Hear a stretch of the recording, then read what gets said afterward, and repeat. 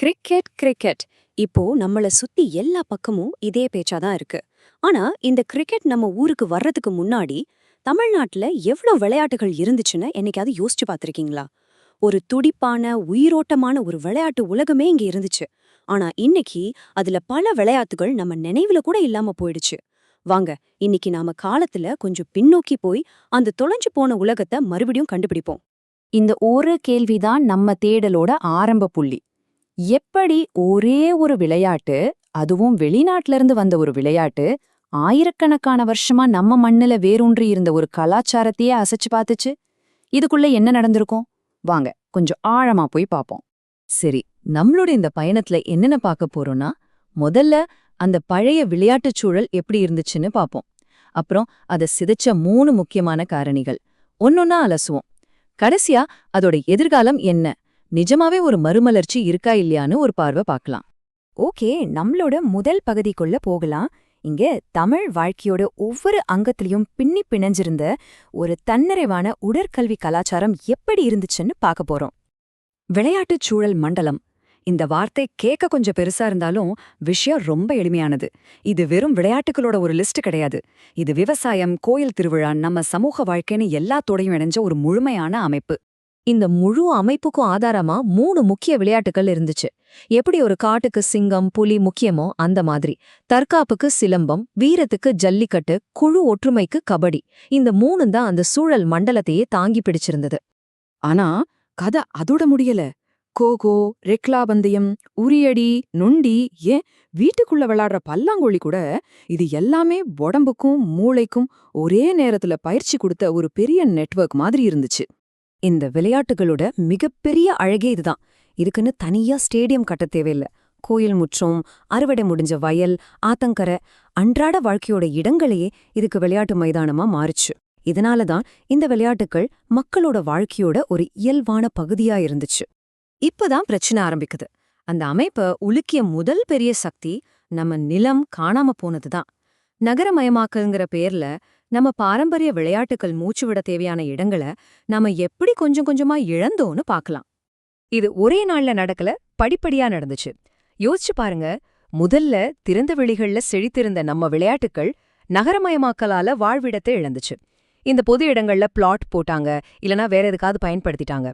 கடைசில என்ன ஆச்சுன்னா, நம்ம விளையாட்டுகள் விளையாட இடமே இல்லாம போச்சு. ஆனா அதே இடங்கள்ல பணம் கட்டி விளையாடுற கிரிக்கெட் மைதானங்கள் உருவாச்சு. 2வது சரிவு வெறும் நிலத்தை பத்தினது இல்ல, நம்ம மனநிலைய பத்தினது. காலனித்துவ கல்வி முறை ஒரு சரியான விளையாட்டு வீரனோட உடல் எப்படி இருக்கணுங்கிற இலக்கணத்தையே எப்படி மாத்தி எழுதுச்சுன்னு பார்க்கலாம்.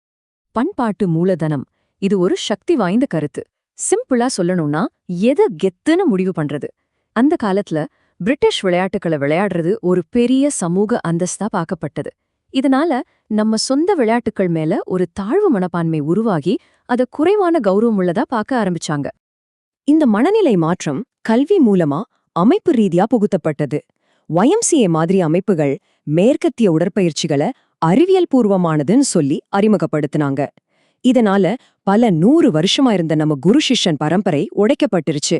கடைசியா ஸ்கூல் சர்டிபிகேட், வேலை வாய்ப்பு எல்லாமே கிரிக்கெட் மாதிரி விளையாட்டுகளுக்கு மட்டும் கிடைச்சதால நம்ம விளையாட்டுகள் கொஞ்சம் கொஞ்சமா தேவையற்றதா மாறிடுச்சு.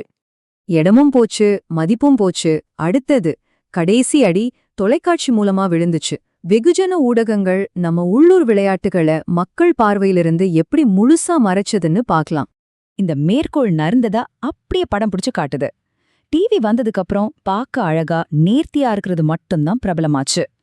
பச்சை பசியல்னு இருக்கிற கிரிக்கெட் மைதானம் டிவி கேமராவுக்கு ஒரு நல்ல விருந்தா இருந்துச்சு. ஆனா நம்ம கபடியோட புழுதி படிஞ்ச களங்கள் டிவிக்கு ஏற்றதா இல்ல. இந்த கால வரிசைய பார்த்தா உங்களுக்கே புரியும். ரேடியோ இருந்த வரைக்கும் எல்லா விளையாட்டுக்கும் ஒரு இடம் இருந்துச்சு. 1982ல கலர் டிவி வந்தப்போ கிரிக்கெட் ஒரு தேசிய கொண்டாட்டமா மாறுச்சு. ஆனா உண்மையான திருப்புமுனை 1993ல தான். தனியார் சேனல்கள் கிரிக்கெட்ல கோடிக்கணக்கில் பணத்தை கொட்டினப்போ மத்த எல்லா விளையாட்டுகளும் காணாமலே போயிடுச்சு. சரி, இந்த பெரிய கலாச்சார மாற்றத்தோட விளைவுகள் என்ன? இப்போ நடக்கிற மறுமலர்ச்சி முயற்சிகள் உண்மையிலேயே பலன் கொடுக்குதா, இல்ல வெறும் பேச்சோட நின்னுடுதா? வாங்க இறுதி பகுதியில இத பத்தி பார்க்கலாம். இந்த மாற்றத்துல தெளிவான வெற்றியாளர்களும் தோல்வி அடைஞ்சவங்களும் இருந்தாங்க. ஒரு பக்கம் கிரிக்கெட் சங்கங்கள், ஒளிபரப்பாளர்கள், விளம்பரதாரர்கள் லாபம் பார்த்தாங்க. ஆனா இன்னொரு பக்கம் தங்களோட பொது விளையாட்டு மைதானங்களை இழந்த கிராமப்புற இளைஞர்கள், தங்களோட அறிவை அடுத்த தலைமுறைக்கு கடத்த முடியாத ஆசான்கள், அப்புறம் யாருமே பதிவு செய்யாமலே அழிஞ்சு போன பெண்களோட விளையாட்டுக்கள்னு பட்டியல் ரொம்ப பெருசு. இது வெறும் உணர்ச்சி பூர்வமான வாதம் கிடையாது. இந்த புள்ளி விவரங்களை பாருங்க.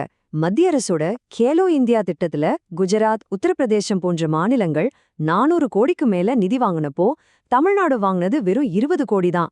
இது ஒரு அமைப்பு ரீதியான சமத்துவமின்மையை தெளிவா காட்டுது. ஆனா எல்லா நம்பிக்கையும் போயிடல.